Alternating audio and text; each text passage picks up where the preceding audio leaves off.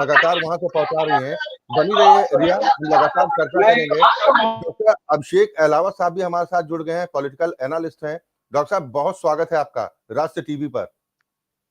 आपको बहुत बहुत धन्यवाद अक्षय भाई, और आपके चैनल के माध्यम से मैं आपके दर्शकों को भी प्रणाम करना चाहूंगा। और ये जो आज हम इलेक्शन के जो सिलसिले में हम पॉलिटिकल चर्चा करना चाहते हैं, ये डेमोक्रेसी का एक तरीके से एक बहुत बड़ा एक उत्सव हुआ है जो हम देख पा रहे हैं। जिस तरीके से अक्षय भाई, जब वोटिंग हुई थी दूसरे चरण की, उसी शाम तक ये समझ में आ गया था, जिस तरीके से बम्पर वोटिंग हुई बिहार में, अभूतपूर्व जिस तरीके से वहां की जनता ने उस उत्सव में अपना योगदान किया। देखिए, मैं इसे किसी पार्टी की या किसी उसकी जीत नहीं मानता या किसी की हार नहीं मानता। मैं ये मानता हूं कि बिहार की जनता ने सेफ्टी, सिक्योरिटी, डेवलपमेंट, खासतौर से जो वुमेन सिक्योरिटी के लिए जनता, ये जो एनडीए की जो वहां पे सरकार है, बीजेपी और जनता दल यूनाइटेड की, इन्होंने जिस तरीके से सुरक्षा का एहसास वहां की जनता को कराया, बदलाव संभव है। मैं ये नहीं कह रहा कि उनकी सरकार परफेक्ट थी, पर वो ये मैसेज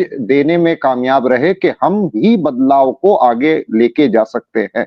जी बिल्कुल, आपने बदलाव की बात जो कही है, हम इसको आगे बढ़ाएंगे, लेकिन तेजस्वी यादव की तरफ से जो ट्वीट आया, अपने दर्शकों को जरा वो भी पहुंचाते हैं कि किस तरीके से अब ब्लेम गेम का दौर भी शुरू हो चुका है। हालांकि वो अपने कार्यकर्ताओं को, पार्टी कार्यकर्ताओं को इस बात का भरोसा दिला रहे हैं कि घबराने की जरूरत नहीं है, अभी कई दौर की वोटिंग होना बाकी है और जैसे जैसे शाम होगी लालटेन जलनी शुरू हो जाएगी। हालांकि बीजेपी की तरफ से कहा जा रहा है कि लालटेन का युग तो खत्म हो गया, एलईडी का दौर है, लेकिन ट्वीट लगातार किए जा रहे हैं, एक के बाद एक तेजस्वी यादव की तरफ से। निर्वाचन आयोग पर भी सवाल उठाए जा रहे हैं। साथ ही अब जो बयान इस तरीके के सामने आ रहे हैं कि भाई एसआईआर के माध्यम से खेल करने की कोशिश की गई है। समाजवादी पार्टी के मुखिया अखिलेश यादव का इसमें ट्वीट आता है और वो कहते हैं कि बिहार में तो एसआईआर के नाम पर खेला हो गया, लेकिन उत्तर प्रदेश में हम ऐसा होने नहीं देंगे। लेकिन बड़ा सवाल ये है कि क्या इन सब बातों से आम जनता इत्तेफाक रखती है, क्योंकि वो जनता जो अब कहीं ज्यादा जागरूक हो चुकी है। डॉक्टर साहब, जो बार बार ये तो तरीका हो गया बचाव का कि भाई हम नहीं हारे, हमें तो ईवीएम ने हरा दिया, वोट चोरी ने हरा दिया, निर्वाचन आयोग ने हरा दिया। भाई कुछ तो अपने लिए रखना चाहिए, अगर स्वीकार कर लेंगे नहीं हम चुनाव हार गए, तो ये बचाव है ना। देखिए, जिस तरीके का चुनावी वादे जिस तरीके के कांग्रेस और आरजेडी के द्वारा की जा रहे थे, जिस तरीके का इनका चुनावी मैनिफेस्टो था, उसके बारे में जब सवाल पूछे गए कि ये तो बिहार के बजट के भी कई गुना है, आप कैसे ये सब वादे कर सकते हैं? आज की तारीख में इन्हें लगता है कि जैसे पहले झूठे वादों पे जनता वोट दे दिया करती थी, आज इन्हें समझना चाहिए हमारे देश में 100 से ज्यादा टीवी चैनल हैं और कई हजार यूट्यूब चैनल हैं, छोटे छोटे, जो छोटी छोटी चीजों को आज की तारीख में उठा के जनता के सामने प्रस्तुत कर रही है। अब जनता को बेवकूफ बनाना इतना आसान नहीं रह गया है। अगर वाकई में आरजेडी और कांग्रेस अगर वाकई में वो सीरियस हैं, चुनाव जीतना चाहते हैं, तो उन्हें अपनी थोड़ी ये जो परिपाटी है इसे बदलना पड़ेगा। उनके परिपाटी, खासतौर से राहुल गांधी के जिस तरीके से शुरुआत उन्होंने इस चुनाव की, तभी से उनके बयान इस तरीके के आने लग गए थे, जिससे एहसास था कि वो हताश हैं। उन्हें पहले ही दिखाई दे गया था कि बिहार में वो जीत नहीं रहे हैं, इसलिए पहले ही उन्होंने इलेक्शन कमिश्नर को टारगेट करना शुरू कर दिया, एसआईआर को टारगेट करना शुरू कर दिया।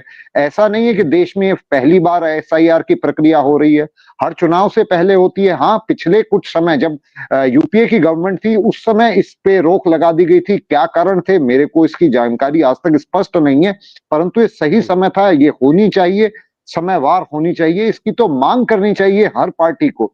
और मैं तो अखिलेश यादव जी से कहूंगा कि अगर आपको अभी भी यूपी में कोई फाइटिंग चांस चाहिए, तो अपने कार्यकर्ताओं से कहिए कि एसआईआर में जाके बूथ लेवल पे एक्टिव हो जाएं, जाके अपने वोटर्स की वोट्स को रिन्यू कराएं, एसआईआर में सहयोग करें, ना कि केवल इलेक्शन कमीशन की तरफ उंगली उठा के खड़े रहना।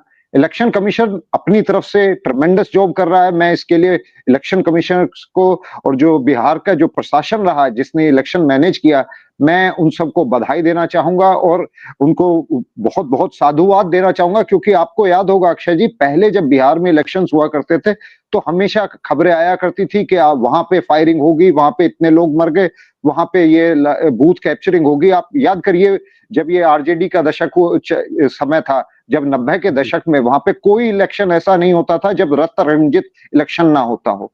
इस बार ऐसा लगा कि पहली बार बिहार की जनता ने निर्भीक होकर, निडर होकर अपने मन से वोट डाली है।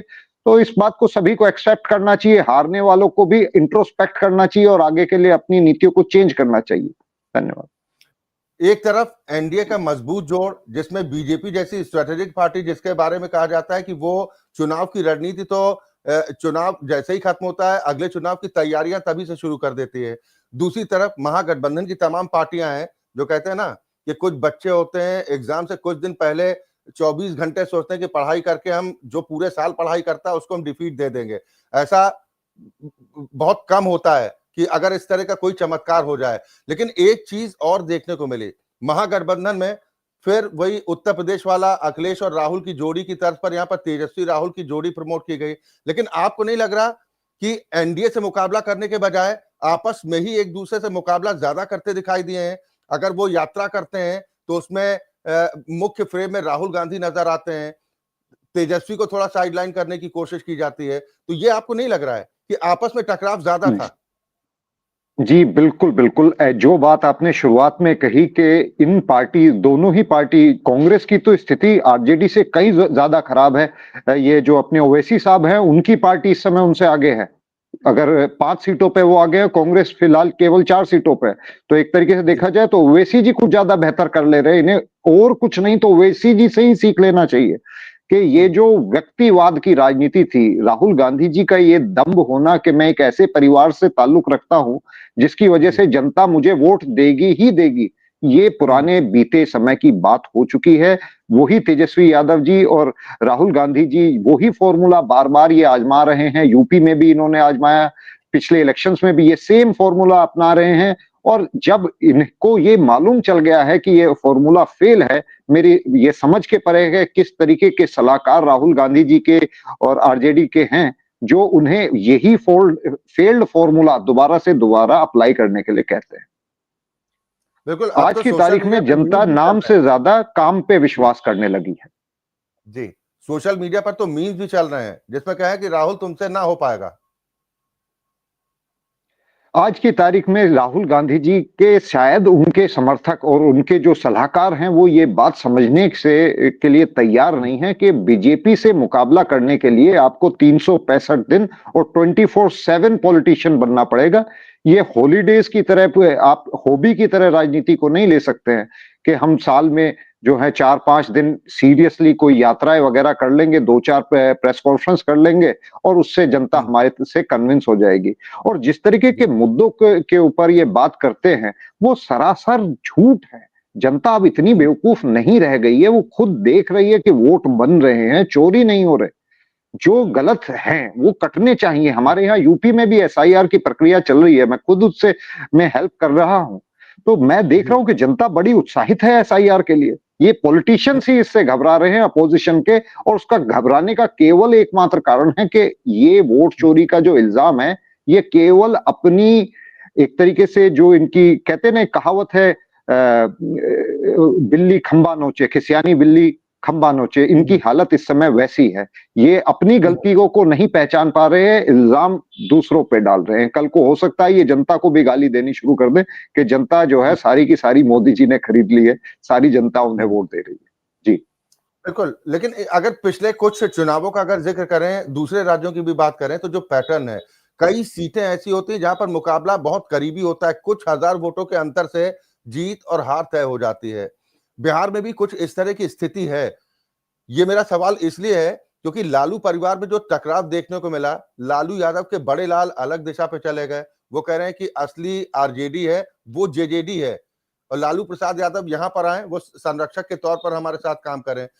तेज प्रताप ने कितना डेंट पहुंचाया होगा तेजस्वी यादव को?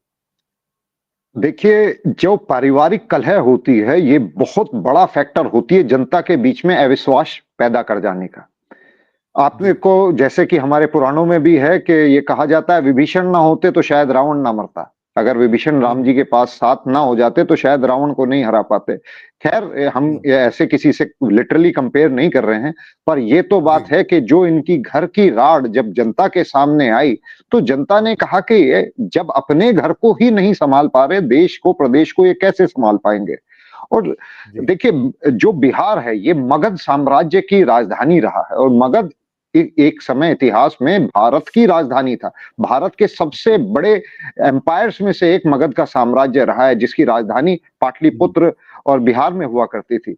इस इलाके को, मेरे को ऐसा लगता है, जो मैंने स्टडी करी है, इंटेंशनली वीक रखा गया। आप वरना सोचिए, जहां सारी के सारे जो ये रिसोर्सेज चाहिए किसी जगह को डेवलप होने के लिए, उपजाऊ जमीन वहां पे, पानी वहां पे, जो रिसोर्सेज, जो खनिज पदार्थ हैं, कोयला आप उठा के नाम लीजिए, स्टील वहां पे, सब वहां पे, फिर ह्यूमन रिसोर्स, पूरे भारत की जितनी भी फैक्ट्रियां चल रही हैं उसमें 80% योगदान, मैं बड़े कॉन्फिडेंस के साथ कहना चाहूंगा, बिहारियों का है। भारत में जितनी भी बहुमंजिला इमारतें हैं वो बिहारियों की मेहनत से बनी हुई हैं। और कहना चाहूंगा भारत के आईएएस आईपीएस, ये जो दिमाग जो भारत को डेवलप कर रहा है, आगे बढ़ा रहा है, ये भी ज्यादातर बिहार से आता है। तो फिर ऐसे क्या कारण रहे कि बिहार देश के गरीबतम इलाकों में चला गया। मतलब हमारे देश का नेशनल एवरेज अगर हम उठाएं तो हम कोई ज्यादा आगे नहीं है विश्व में, पर फिर भी बिहार की हालत उससे भी ज्यादा कहीं खराब थी।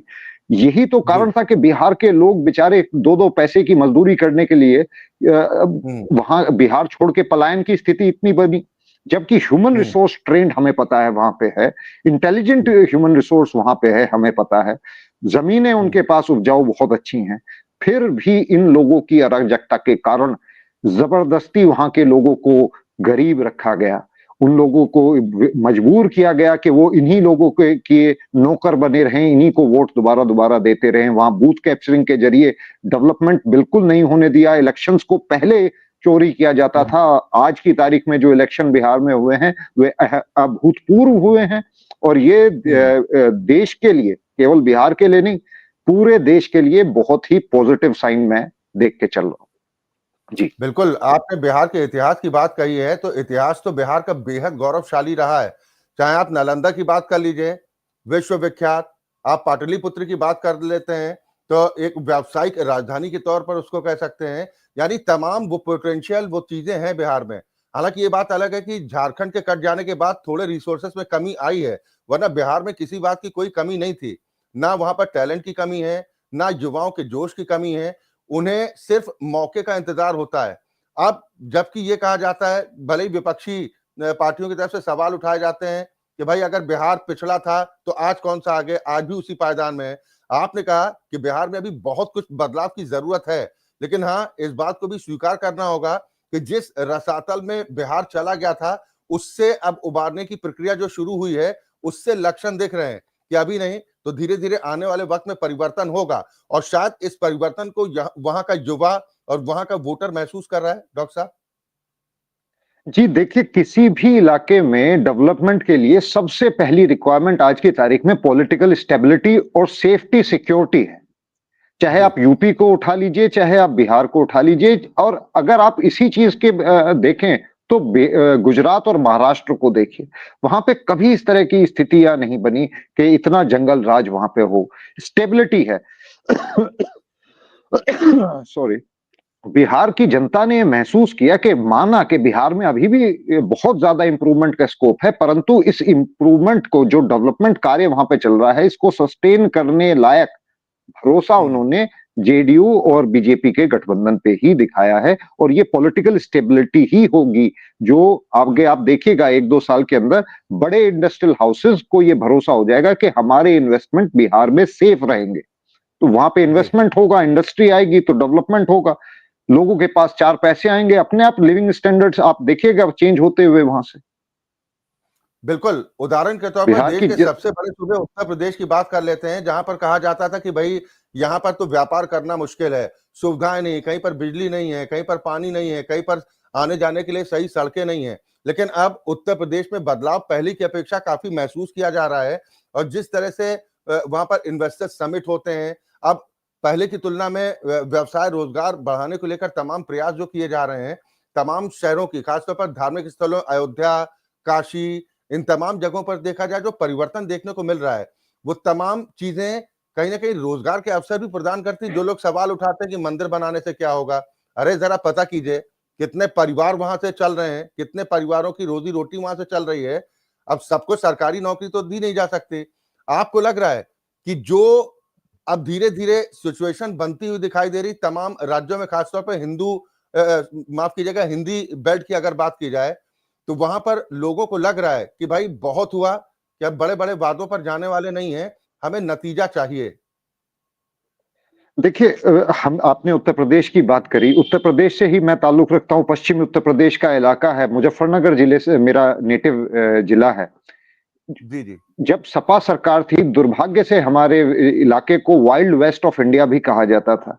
हमारे इलाके में से जब गाड़ियां जाती थी हरिद्वार या देहरादून, तो वो अपने शीशे चढ़ा लिया करते थे। ये कहते थे कि भगवान सांस रोक के वो निकलते थे, किसी तरीके से मुजफ्फरनगर की जो परिधि है इससे बाहर हम निकल जाए सही सलामत। जी। और आज का स्थिति देखिए, मुजफ्फरनगर की ये जो सड़क, ये जो रास्ता है, कम से कम भी 150 से ज्यादा छोटे बड़े होटल आज की तारीख में सड़क किनारे हैं। आज पूरे देश से आने वाला टूरिस्ट इसी जिले में इतना सुरक्षित महसूस करता है कि यहाँ पे बड़े बड़े रेस्टोरेंट्स आप देखेंगे, आपको मैं स्वागत करूंगा, आप आइए। इतने बड़े बड़े जी। रेस्टोरेंट्स चल रहे हैं, बड़े ही सुरक्षा के साथ चल रहे हैं। तो ये सरकार का अंतर होता है। ये चीज जब जनता देखती है, उसमें सभी यहाँ के ही लोकल बच्चे हैं जो काम कर रहे हैं, कोई ठेकेदार हो गया है, कोई वहां पे शेफ लग गया है, कोई मैनेजर हो गया है, हर किसी को कुछ ना कुछ रोजगार का अवसर प्राप्त हुआ है, यहाँ पे तरक्की आ रही है। आप ये देखिए, ये सरकार के हाथ में है। मैं ये नहीं कहता अखिलेश यादव जी डेवलपमेंट परस्त नहीं थे, परंतु जिस चीज में वो सबसे ज्यादा फेल हुए थे वो थी सिक्योरिटी। जो सुरक्षा का अभाव था सपा के राज में, आप विश्वास नहीं करेंगे, किसी शादी में बिना हथियारों के लोग जाना पसंद नहीं करते थे। डर लगता था महिलाओं के साथ रात बिरात आते आते डर लगता था। अगर आप गांव से शहर में कोई व्यक्ति आ जाता था तो उसके घर वाले ये कह देते थे रात को तू वापस मत आना, पता नहीं क्या अनहोनी हो जाए।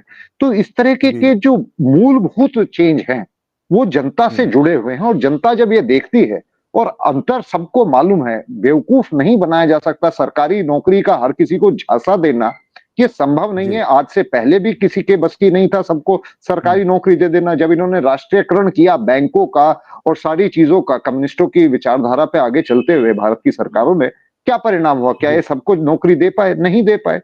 देखिए, कैपिटल जनरेशन प्राइवेट हाथों के द्वारा ही संभव है, ये सरकार का काम नहीं है।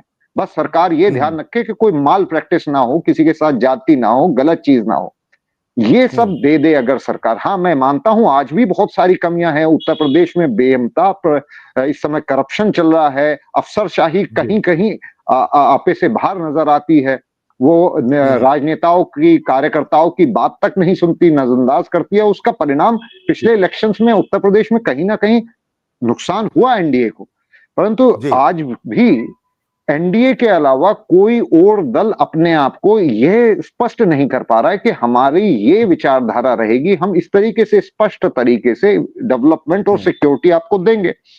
ये आज भी हिंदू मुस्लिम के मुद्दे पे ये चुनाव लड़ना चाहते हैं अखिलेश यादव जी भी और अपने राहुल गांधी जी भी। ज्यादा से ज्यादा ये अब इलेक्शन कमीशन को भी पार्टी बनाने लग गए हैं। अब क्या चाहते हैं कि देश में अराजकता आ जाए, डेमोक्रेसी ही समाप्त हो जाए। जनता ये चाहते हैं कि देश में नेपाल और बांग्लादेश जैसा एक आंदोलन हो। उसका परिणाम फायदा क्या होगा? देश में अराजकता अगर फैल जाए, ये चाहते हैं कि जनता दरबार लगे, उसमें ये लोगों को जज के जैसे, चीफ एग्जीक्यूशनर के जैसे जनता नियुक्त कर दे, और इलेक्शन कमिश्नर के जो पद पे लोग आसीन हैं उनको उठा उठा के लाके चौराहों पे, खंभों पे, फांसी पे चढ़ाया जाए? क्या इस तरह की एनार्की चाहते हैं जो नेपाल में, बांग्लादेश में और बाकी मुल्कों में हो रही है? तो देखिए, ये ऑप्शन नहीं है। हमारे देश का युवा काफी जागरूक है। ये बिहार के जो जिस तरीके के नतीजे आए हैं, मैं बीजेपी या एनडीए से कोई खास, मेरी कोई निजीता नहीं है, मैंने कभी कोई पद होल्ड नहीं किया, ना भविष्य में होल्ड करूंगा। परंतु ये आप देख लीजिए कि कांग्रेस ये समझने में अभी तक नाकामयाब है कि बीजेपी क्या मैसेज दे रही है। और जब जब वो हिंदू मुस्लिम करेंगे तो वो बीजेपी को और ज्यादा मजबूत बनाएंगे। इनके मुस्लिम नेता तौकीर रजा जैसे मौलाना जब जब ऊटपटांग बातें कहेंगे, उससे हिंदुओं के अंदर असुरक्षा की जो भावना थी सपा के राज में और पिछली सरकारों के राज में, वो दोबारा से जागृत हो जाएगी और वो हिंदू जो हो सकता है किसी बातों से लेके भाजपा के खिलाफ रहा हो, परंतु मजबूर हो जाएगा भाजपा को वोट देने के लिए। तो इन्हें भी अपनी थोड़ी सी परिपाठी बदलने की आवश्यकता है, अगर इन्हें सत्ता में आने का कोई उम्मीद भी देखनी है तो। कितनी उम्मीद आपको नजर आती है? क्योंकि अक्सर इस तरीके के बयान आते हैं।